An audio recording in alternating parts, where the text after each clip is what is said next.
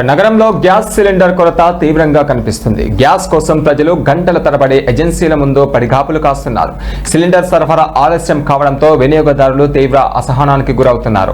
కొంతమంది ఉదయం నుంచే క్యూ లైన్లో నిలబడి ఉన్నప్పటికీ గ్యాస్ అందక నిరాశ చెందుతున్నారు. ఈ పరిస్థితుల్లో ఒక వినియోగదారుడు ఆగ్రహంతో ఆటోలో ఉన్న గ్యాస్ సిలిండర్ తీసుకుని వెళ్లిపోయిన ఘటన స్థానికంగా చర్చానీయాంశంగా మారింది.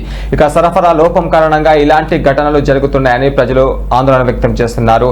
అయితే అధికారులు వెంటనే స్పందించి గ్యాస్ కొరత సమస్యను పరిష్కరించాలని వినియోగదారులు కోరుతున్నారు.